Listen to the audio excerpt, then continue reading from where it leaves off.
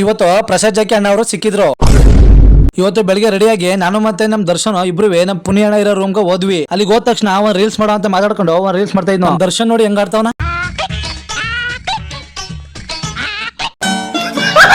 ಇವತ್ತು ಒಂದ್ ಮದ್ವೆ ಇತ್ತು, ಆ ಮದ್ವೆಗೆ ಹೋದ್ವಿ. ಹೋದ ತಕ್ಷಣ ನಮ್ ರಂಗ ಅವ್ರು ಸಿಕ್ಕಿದ್ರು. ಬೈ ಒಂದ್ ಸಾಂಗ್ ಹೇಳಿ ಅಂತ ಹೇಳಿದ್ಕ ಏನ್ ಚಂದಾನೆ ನಿನ್ನ ಆಸೆ ಚಂದಾನೆ, ನೀ ನನ್ನಲ್ಲಿ ಎಂದೆಂದು ಚಂದಾನೆ. ಮೇಲ್ಗಡೆ ಹೋದ ತಕ್ಷಣ ಪ್ರಸಾದ್ ಜಾಕಿ ಅಣ್ಣವ್ರು ಕುಂತಿದ್ರು. ಅಣ್ಣವ್ರನ್ನ ಅಣ್ಣ ನೀವು ರೀಲ್ಸ್ ಸಕ್ಕದ ಮಾಡ್ತಿದ್ರಿ ಅಂದಿದ್ಕ ಟ್ಯಾಂಕ್ ಚಿನ್ನ, ಪ್ರೀತಿ ಪ್ರೋತ್ಸಾಹ ಬೆಂಬಲ ಹಿಂಗೆ ಇರ್ಲಿ ಚಿನ್ನ. ಥ್ಯಾಂಕ್ ಯು ಚಿನ್ನ, ಥ್ಯಾಂಕ್ ಯು. ಪ್ರಸಾದ್ ಜಾಕಿ ಅಣ್ಣ ಮಾತಾಡ್ಸ್ಕೊಂಡು ನಮ್ ಬ್ರದರ್ಸ್ ರೂಮ್ ಮಾಡಿದ್ರು. ಅವ್ರನ್ನ ಮಾತಾಡ್ಸಂತ ಓದಿ ನಮ್ ಚಂದ್ರಣ್ಣ ನಮ್ಮ ಮಾದೇವಣ್ಣ ಬಾಯಿಗ ಸೆಂಟ್ ಹೊಡ್ಬಿಡೋದ.